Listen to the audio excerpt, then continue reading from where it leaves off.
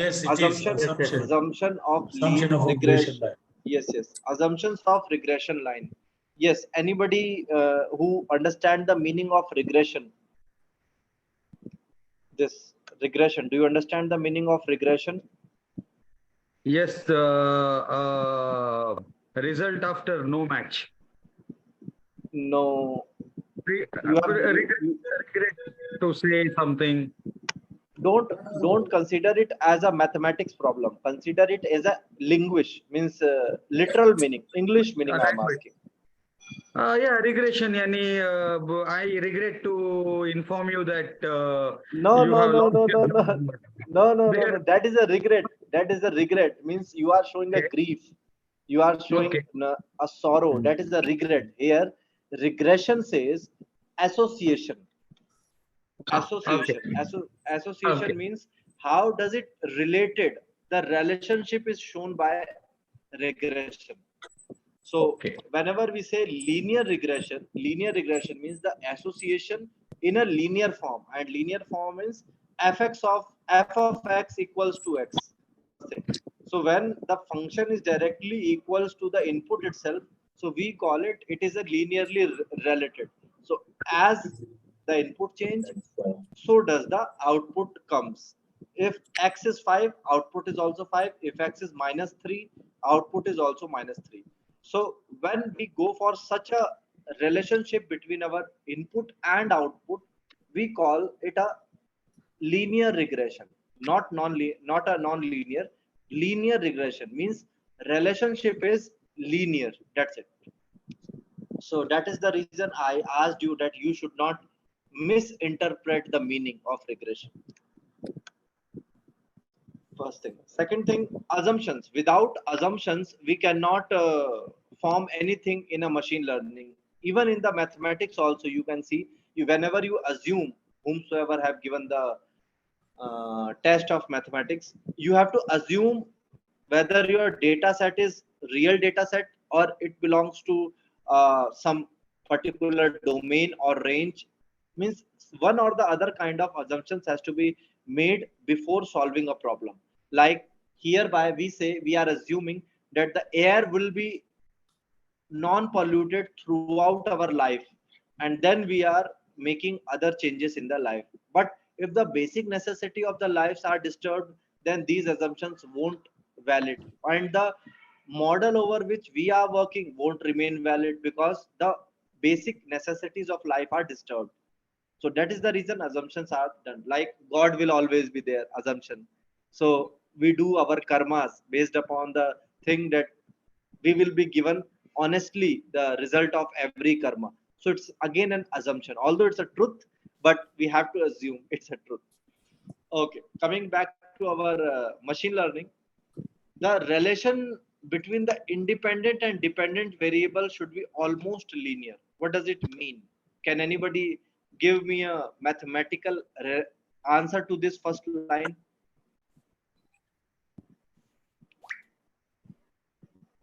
Relationship between the independent. Here, what is Fx dependent? is equal to 1. It depends on something.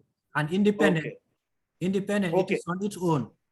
Okay, fine. No, I can say the y equal to mx plus c means now y is dependent on m and c, but the y or an x should be moved linearly. So independent of these two independent variable m and c.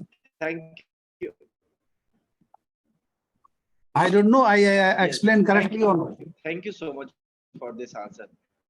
No. Yes. It's almost correct, sir. Almost correct. Dependent variable see over something else. Like as a kid, we are dependent on parents, and many a times relations. What should I call? In Hindi, we call them rishtedar. So cousins and all such things. And independent variable means in a relationship we call the parents itself are independent sources. Whether we are good person or a bad person, parents will always help us out in any situation. So likewise we can understand. For those it is not easy to understand. So in mathematics, when we write y equal to mx plus c. Sorry, I cannot write over this PDF. I'm not allowed to write over this PDF. So let me use my Jamboard instead. One second. Yes, I can use the Jamboard. Jamboard.google.com. It is one of the vital thing that I found. Even this is one thing which could be shared easily. One second. Now my pen is inside. It's fine. Okay.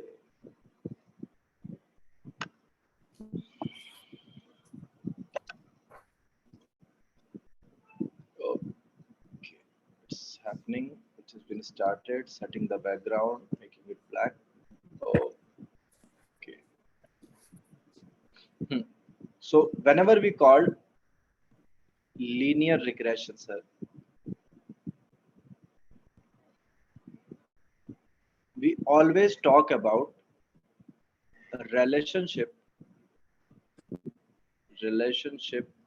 between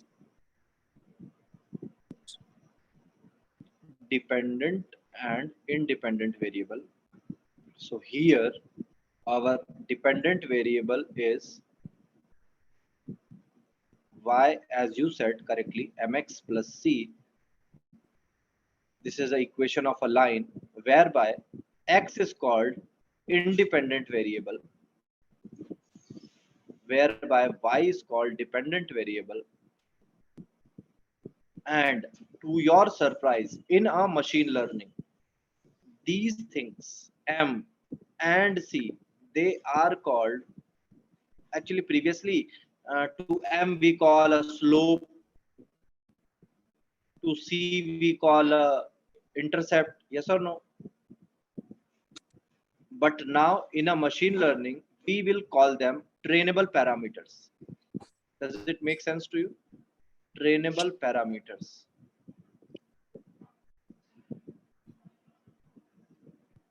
Why did I say such things? Any idea to anyone? Why they are trainable parameters? Actually, linear equation, we used to say m and c constant parameters. But now here we are saying trainable parameters. That means I see that they are not constant.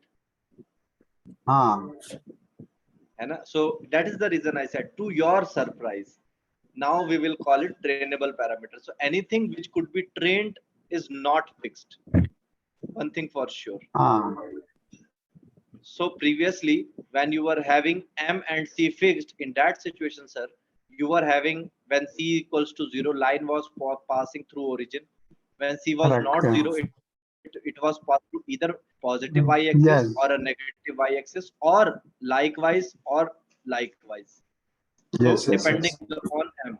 But now, sooner we said it's a trainable parameter. It means you have to shift the values of m and c such that you can draw a line, you can create a line that perfectly separates, or must I say, I won't write separate now, that perfectly creates a, let me close it, creates a decision boundary.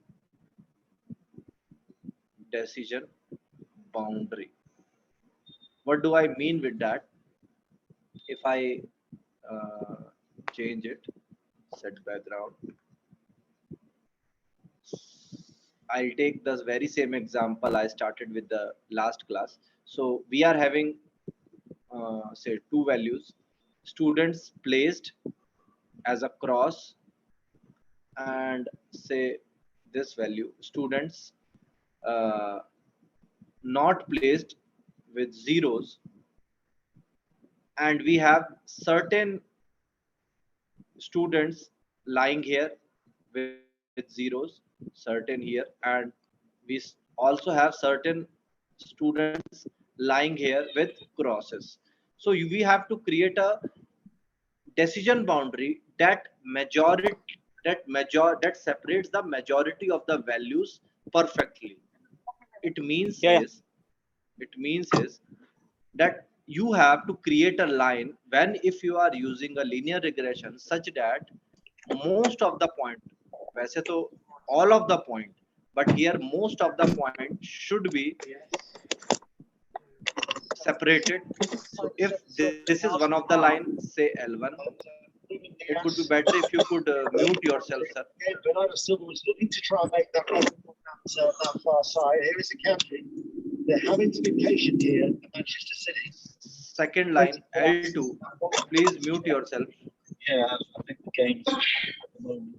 There could be another line, say, if I use the white one,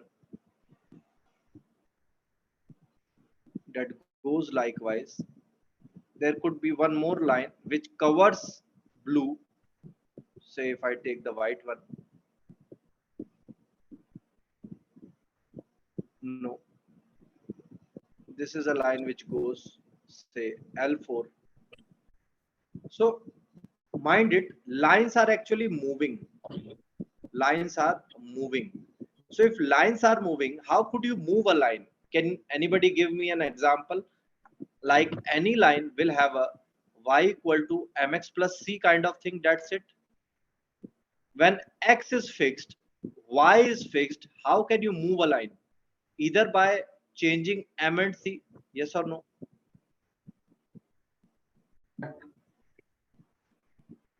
Guys, your input, please. Yes. So if you train these parameters m and c here in a linear regression in y equal to mx plus c to a perfect point such that it creates a decision boundary which perfectly separates two different sets of data set, two different sets of values, then won't you say that now the y is actually fixed, already given, but you are predicting something and that prediction is your line. So y hat is actually given by mx plus c, where these m and these c are trainable, and you have trained them to such a value like y minus y hat is almost 0. Now, have you understood this? Yes or no? Yes, understood.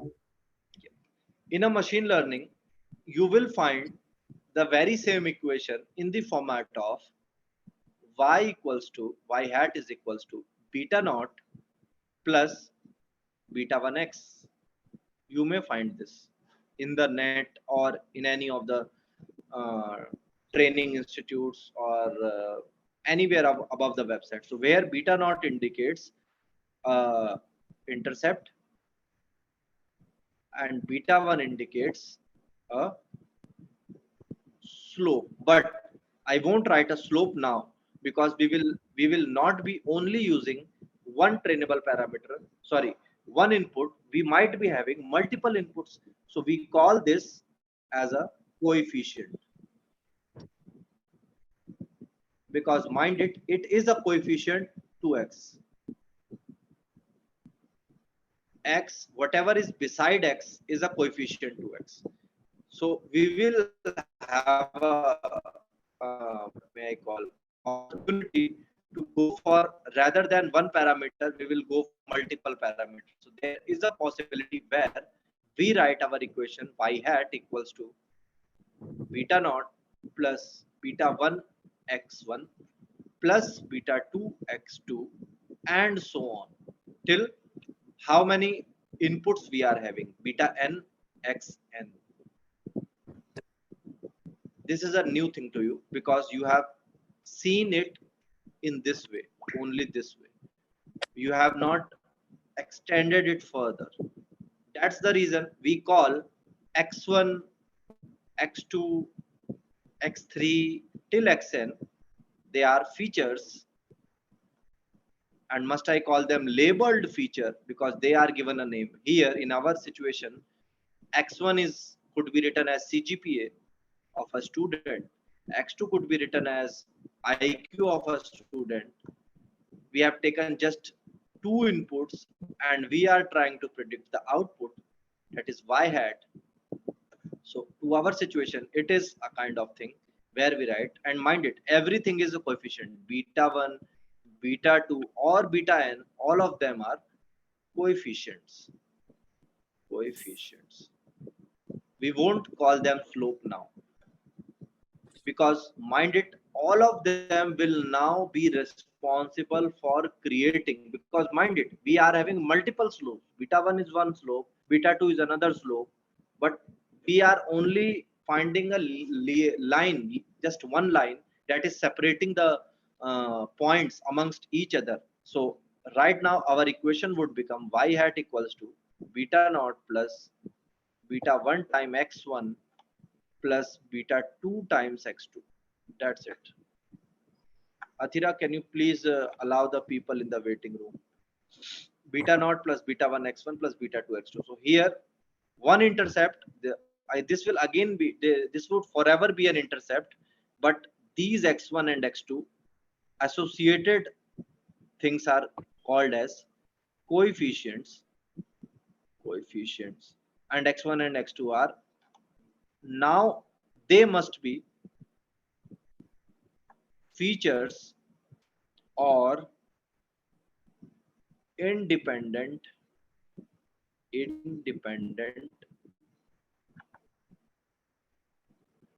variable.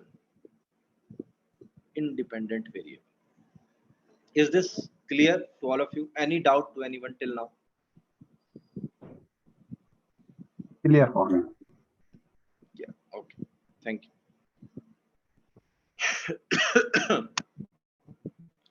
So first assumption was that the relationship between dependent, that is y hat, and independent must be linear. It only means that the power which is raised to the x must be 1. The power must not be half, fraction or greater than 1. This is the only meaning of the first line. Second is, mean of the residual should be 0 or close to 0 as much as possible. It is done to check whether our line is actually the line of best fit. What does it mean? Mean of residual. Mind it, there are two things written here. Mean of residual. Residual, if I remember, I have already discussed residuals to you. Yes or no? Residuals. Yes, you discuss. Yeah. So residual is simply a meaning when we are having certain points and a line between those points. So the distance of all the points to the line is a residual. The meaning of the point, the statement is this distance, the mean of the distance means mean of the residual means, say you are having and in this upper half you are having say 1 2 3 4 5 residuals, 5 are u, and in the lower half you are having 1 2 3 4 5 6 7 7 residual are L. I have written U for upper, L for lower. So 7 residual in the downside, 5 residual in the upper side. So it is saying the mean of residual considering upper plus lower. Mind it, mean of residual should be 0. Should be 0 means when you add them and take a mean out of it, it must add up to 0. The physical significance of such point is that whatever points which are in the upper side of the or one side of the decision boundary, when you add them to the other side of the decision boundary, they must be 0. Or you can treat them like if they are adding up to, say if you add a distances, all the distances, 5 distances, if you are adding a distance and it makes up to 35 units. Units means you can take any unit, centimeter, feet, whatsoever. So they must also add up to minus 35 units. This is the meaning. Fine. Then only they will add up to 0. and to represent them, we are having a Gaussian distribution or a normal distribution curve, which says the mean must lie at the origin. Mu must lie at the origin. Then we call the distribution of this residual distribution is normal or Gaussian. So the only property with the normal and the Gaussian distribution is, sir, that the mean equals to median equals to mode. I have discussed all of them with you. They all must be equal to 0. And you can check that this is called the first standard deviation. This is called the second standard deviation. This is called the third standard deviation. Likewise. So here the first standard deviation must be around, if I delete something here,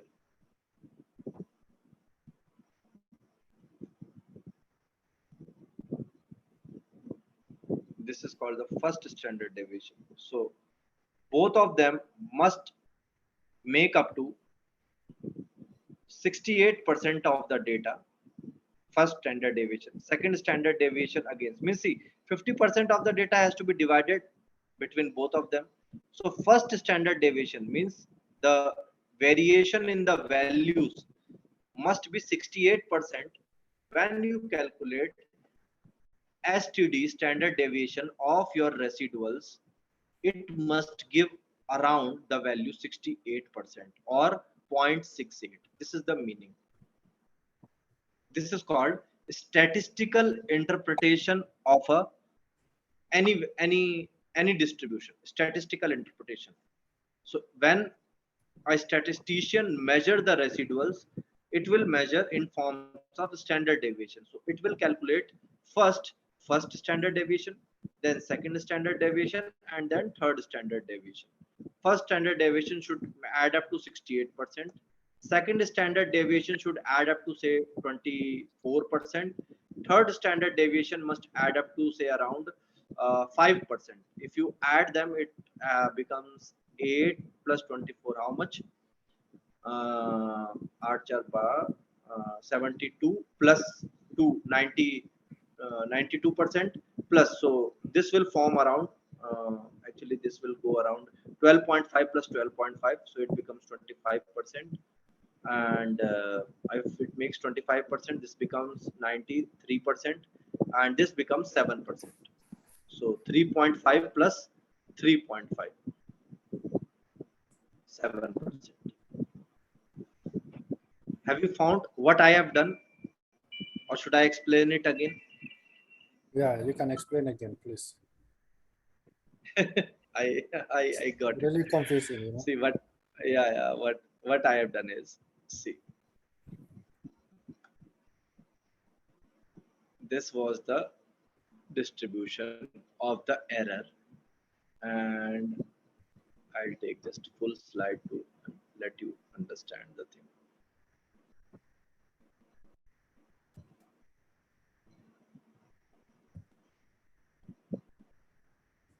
This is all about. So I have taken a normal distribution of my residual, first thing. So what I am saying, a statistician will calculate first standard deviation, then a second standard deviation, and then a third standard deviation, first thing. So the first standard deviation here will add up to 34% from the left hand side, 34% from the right hand side. Sooner, if it goes second standard deviation, it will count 12.5% from the left hand side. Similarly, 12.5% from the right hand side. And when a same statistician go for third standard deviation, it will count for 3.5% of the data This is the area I am drawing. Mind it, sir. This is the area. So area is saying that this area should be not less than, not greater than 3.5%. This area should not be greater than 3.5%. Similarly, this area should be around 12.5%. This, because see, this is a symmetric curve, 12.5%. So is the answer. And these two corresponds to 32, 32. Sorry, 34, 34. Isn't it? 68, yes.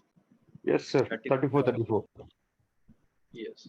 But sir, is it mandatory that the first should be 30 plus, or can Yes, it be less it is a than mandate. 30? Yes, yes. No, no. Actually, the thing is, Hmm. when the normal distribution curve was created initially, so it has been created with the help, some sound is coming. So it is been created with the help of calculating the standard deviation, sir. So standard deviation says that your data, if your data is 34% deviating in either side, left and right, then we call, while calculating the first STD, standard deviation. What do you mean by standard deviation? Do you know? I have already explained standard deviation.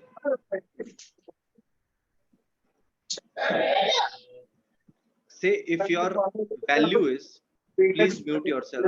Somebody is having their mic open. Please mute. So if you are having a value of, who is this? That is Atira. Atira, please mute. So if the host does something, how can we? Okay. No worries. Leave. What I was saying, yes. Say, suppose, sir, if the value is, the value of the residual is, R value is, say, 20. So the meaning of first STD is that the, while deviating the value of this residual, it must not be greater than 34%. What is the 34% of 20? It is 8. 8. No, 6.8. 6.8. So it is saying, while calculating the first standard deviation, the value must not go beyond 20 minus 6.8, which is equals to around 13.2, if I'm correct. Yeah. So if the first standard deviation, while calculating that standard deviation, first standard deviation, the value of the residual must be 13.2. While calculating the second standard deviation, it must be 34% plus 12.5. Similarly, while calculating the third standard deviation, it must be all of them add all of them. So it add up to around 50%. 50. That is 50. Exactly 50. One side. Yeah. Yeah. So if it is 50, it is 50. Everything is 100%. Out of the 100% being a symmetrical curve, then what the type of curve is generated out of it, he has said that while going for statistical estimation, please consider half of it to be 34% as a first standard deviation. Then only 12.5% of the deviation will be considered the second standard deviation, and whatever is remaining shall be considered the third standard deviation. So here, when we go for, see, you will understand the significance of this when you understand the outliers. Outlier means these are the values which are way beyond, way ahead, way diverged from the whole collection of the data set. Say here, if your data set is like all converged data set is similarly here, and one of the data set is lying here. So don't you think that this is an outlier to this data set? Excuse me, Mr. Neeraj. Okay, here we considering three deviation. Yes. This value is the fixed 3 deviation, or it can be Yes, more sir. deviation. Yes, sir. No, sir. This is fixed. So for the When machine, machine this understand. deviation will be fixed. Yes, yes. Even in a statistics, the deviation is fixed, sir. Statistics, standard deviation are fixed and machine follows what is fixed. Okay. See, we are having a trainable parameter which shall align themselves with certain fixed rules, regulation, and laws which are given by statisticians, out of which one is normal distribution, for which the standard deviations are fixed, and we are learning them such that we help ourselves and the machine to understand. And mind it, sir, suppose if these things go variable, then how will you set the standard? How will you set the standard? Suppose if I say your data set should follow Gaussian distribution or a normal distribution. If I say you have a data set, any data set, whether this data set is following the Gaussian or normal distribution or no, how will you confirm? Only via running certain things which are confirmed and which are fixed in the literature. Answer me. Yes. Yes. Clear. Yes. Yes, that is the reason, sir. Suppose if this would not have been fixed, you could not have taken it as a standard. Actually, this is a standard. Similarly, as we go for machine learning, we understand that machine only understand the language of 0 1 0 1. That's it.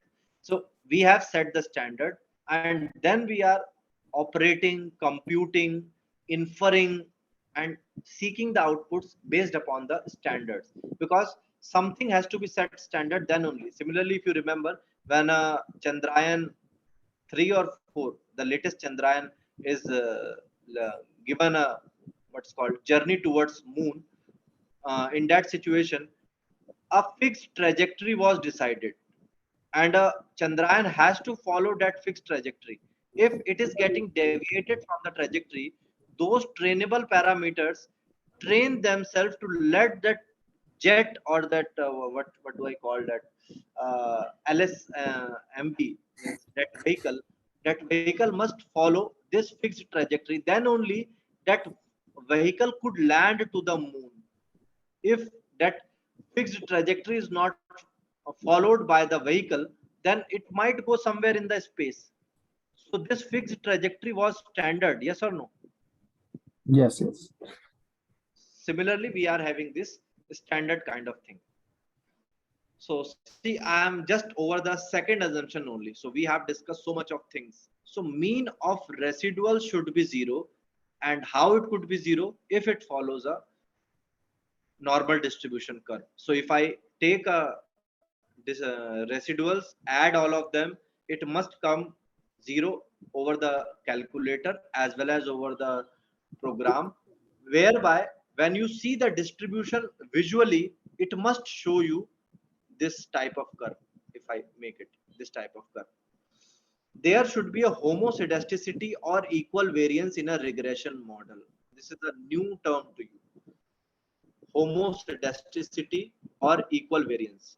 Homoscedasticity means homo means same, cedasticity means variance. So if I take you to the homoscedasticity page, this is called homoscedasticity. What does it mean? This says all the residuals, all the error term must be equally distributed, mind it, equally distributed across all the independent variable. Here it is saying error term is same across all the independent variable. It also means that say suppose this is a line, this is, if this line is representing a independent variable, say you are having two independent variable here, CGPA versus uh, IQ. So whatever errors are being found, those error must have same values, same type of allotment, orientation when seen visually above the line and below the line. This is the meaning. Is it graspable? Is it understandable here? Yes, sir. Yes. Yes. Yes. It's understandable. Yeah. Similarly, when we go for heteroscedasticity, the visuals of the error term below and above the independent variable line will show you somewhere narrowed, somewhere broadened. Similarly, you see the third one, broadened till this point, till half of the point, and narrowed towards the end. So they are heteroscedastic, means non-uniform distribution of the error. But here, uniform distribution of the error. Hence, homoscedasticity. Homo means same, cedasticity means variance. Variance means change, variability. Again, going back to our point, this is the third line, sir. Then there should not be multicollinearity in the regression model. Can anybody explain me the meaning of multicollinearity? Where so many lines are meeting at one point. I can't be sure, Shaiji, about your point. See, multi means many, collinearity means certain relation, whatever lines are having. Say, suppose if I draw, mind it, sir, if I'm not objecting you, I'm just giving you an example to you. Say, if I take this color and if I draw multiple parallel lines, suppose. So, in your opinion, are they multicollinear or no? No, these are multicollinear. Yes. So, are they meeting anywhere? No. It can be meet also, or it can be parallel also. Yes, clear. Yeah. Thank you. So you have given your answer. Okay. So what does it mean, sir? See, every line will have a different beta naught and beta 1. Say, suppose this line Yes. L1 is having a beta naught. Say, let me write there certain examples. Say it is equals to 2x plus 5. Next is 4x plus, no, 2x plus certain different value, say 3. Again, 2x plus 7, 2x plus 2x minus 4, suppose. So these lines are actually showing same slope but different intercepts. So again, they are multicollinear because their beta 1, their coefficient is same.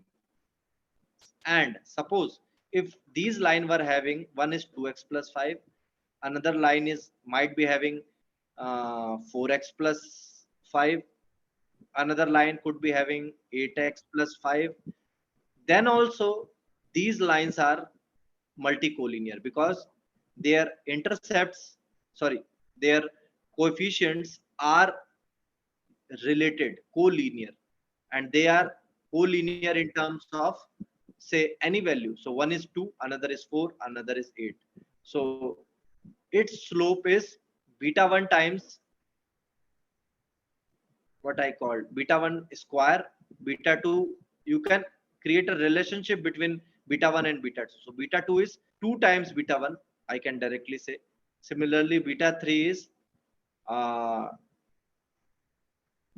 times beta 1, or beta 3 is 2 times beta 2, whereby beta 2 was 2 times beta 1. Are you able to find it, what I am saying?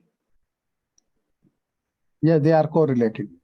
They are correlated. So whenever certain relationships happen amongst intercepts and the independent variable, we call them multi-correlated.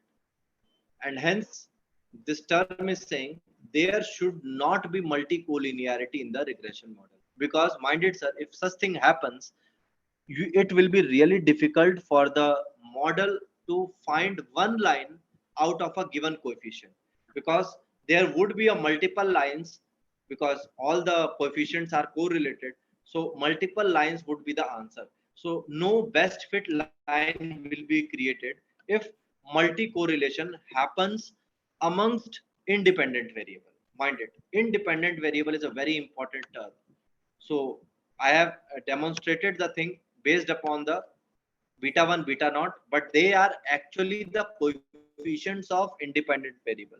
So if say one independent variable is dependent upon another independent variable, we call the system as multi-collinearity is being depicted by the model or depicted by the data set.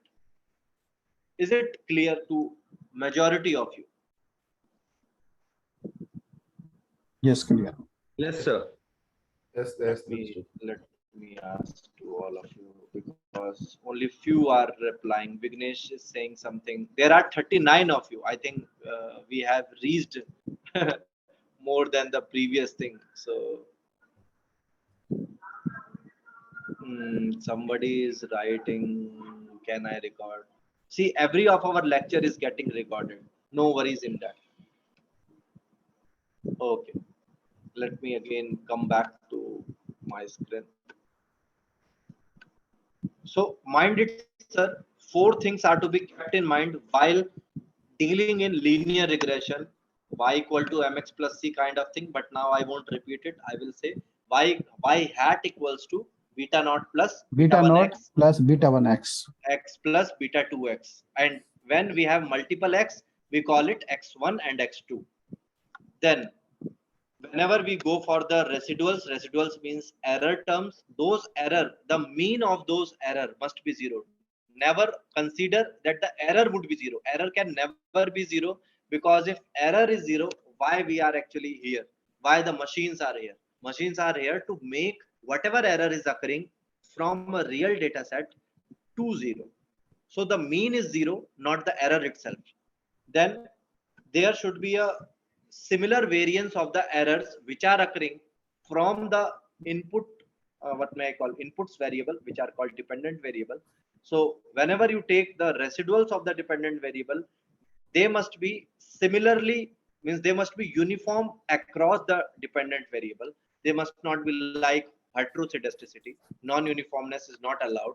And the fourth is the very important, that is the multi-collinearity, not at all allowed. So if these 4 assumptions are done, then only we say we are okay to go to apply a regression model. Make sense? Yes. Yes, sir.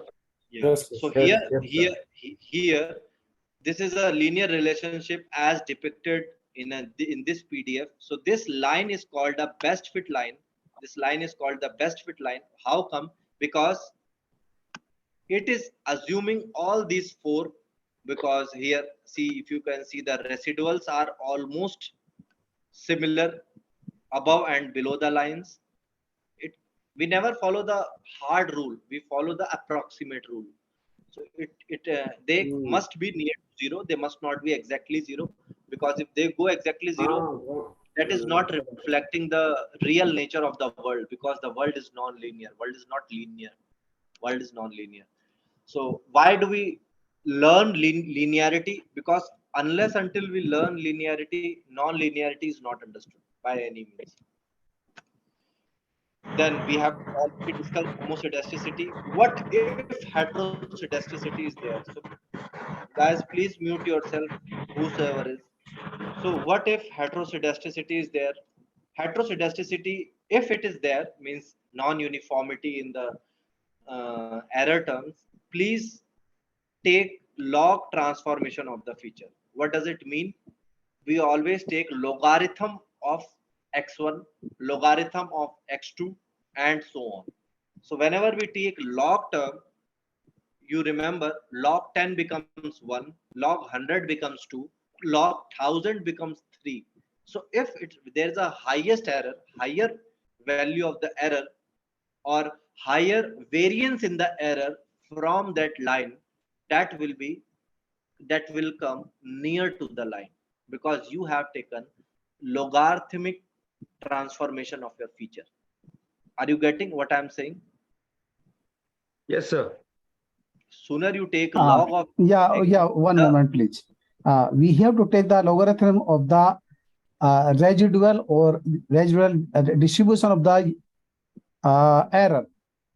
Understood, correct? sir. You have to take here the logarithm of input variable, not the residual. Why? Okay. Yes, clear. Okay. Yeah, because see, sir, heteroscedasticity was drawn between residuals and input independent variable. Independent variable are input. So independent variable is x1, x2,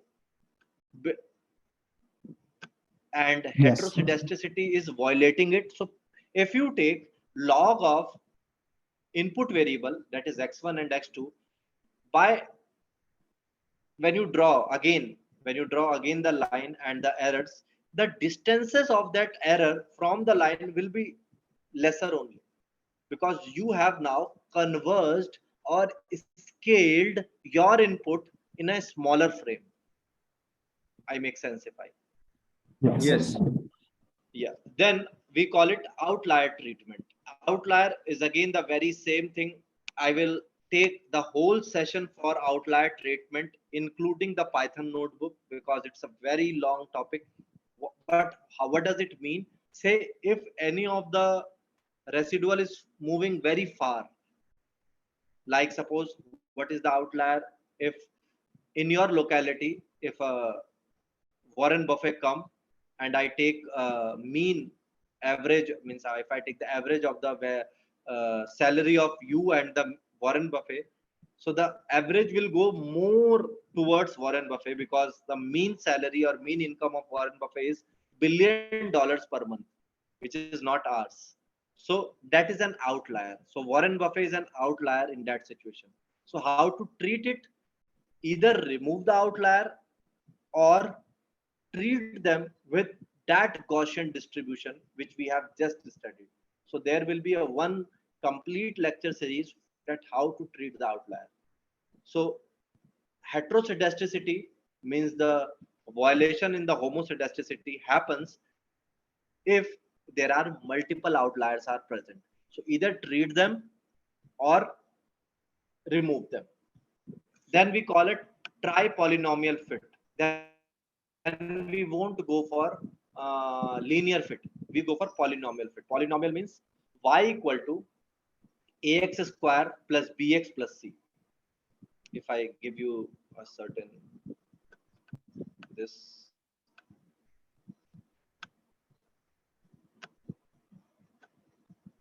polynomial fit says, go for, rather than going for y equal to beta naught plus beta 1 x1 plus beta 2 x2, you go for polynomial fit, beta naught plus beta 1 x square plus beta 2 x2. Okay, this is called a polynomial fit. Polynomial. If you remember, y equal to ax square plus bx plus c. Do you remember this equation? Yes, sir. We remember. This is called a polynomial. So whenever we increase the higher order of magnitude to x, we are actually going towards higher degree of polynomials. So this is what is the suggestion, because that was the third suggestion, my dear. Third suggestion. Why? Because after applying the outlier and the logarithmic transformation, if the things are not getting corrected, it means it needs non-linearity to be introduced. Okay. Okay. And x square is a non-linear kind of thing. What happens if a multicollinearity happens? Means if there is a multicollinearity. So there is a thing called, we call it variance inflation factor, VIF, which is calculated by 1 over 1 minus RI square. RI square is called the R2 score in evaluation metrics. We have studied MAE, MSc, RMSc, and other evaluation metrics like precision recall, if you remember. So based upon that, we also have two. I have told you that I'll deal them when we go for linear regression. So R square and adjusted R square, we call it R2 score and adjusted R2 score. So this is 1 minus R square is that R2 score that I'll deal in detail. So we take the reverse of 1 minus R square, find VIF, variance inflation factor. What does it say? That if the features are not correlated, the value of VIF comes to be 1 because they are not at all correlated. See, what does it mean when that VIF comes 1? When RI square becomes 0? When does VIF come 1? When this RI square is becomes 0, then only VIF becomes 1. It means Yes. certain, Yes. if certain error is 0, it simply means that the things are not correlated. If there is no error, no correlation. No So if correlation. there is an error, yeah, if there is an error, it means certain correlation might be happening. So that is the relay, that is the thing we actually introduce R2 score when there is a multicollinearity. So R2 score gives the value of multicollinearity, sorry, features of multicollinearity, manipulating RI square R2 score in such a form gives a value of VIF, which says when this value is between 1 to 5, we call it moderately correlated. Okay, they are not heavily correlated, but moderately correlated. Greater than 5, we go for highly correlated. In that situation, we either remove one of the feature or we do certain thing else to go for removing the multicollinearity. So what is the quantitative thing which is helping us to find the multicollinearity? It is VIF. This is my motto to tell you. We calculate VIF, we find the value, and we give and we take decision. If it is greater than 5, we remove some of the features, because if they are multicollinear, they are representing the same value. Why to add multiple features unnecessarily? But if they are not at all greater than 5, between 1 and 5, we implement certain transformation, we scale the things, we go for the other transformation, we many a times we do certain algebraic operation to it such that multicollinearity is reduced. We will see those things again in detail. So these are the things that see here it is written. What if multicollinearity removes some of the highly correlated independent variable, linearly combine multiple independent variables such that actually we are reducing the variable? So either remove makes a reduction, either combine two or more than two makes a reduction, or perform some other analysis which are given for highly correlated variable, which we call PCA, principal component analysis. This will come 100 days after machine learning, don't worry. This is a very different thing, PCA kind of thing we will learn when we go for supervised machine learning, unsupervised machine learning, and then applying such things in a real world scenario. Then only PCA will come to your picture. This is one of the hint I am giving to you. So we will go properties of regression line in our coming lecture. Fine. So Okay. should I add? So I'll. What are the things shall be added? Properties, advantage, limitations, data preparations, regression model. We have already learned. So these two are left behind. The R square and adjusted R square. One by one, we have already covered that. So R square you will enjoy a lot. Adjusted R square you will love it. Properties of R square, properties of adjusted R square. Okay. So we are going to learn these things in our coming lecture.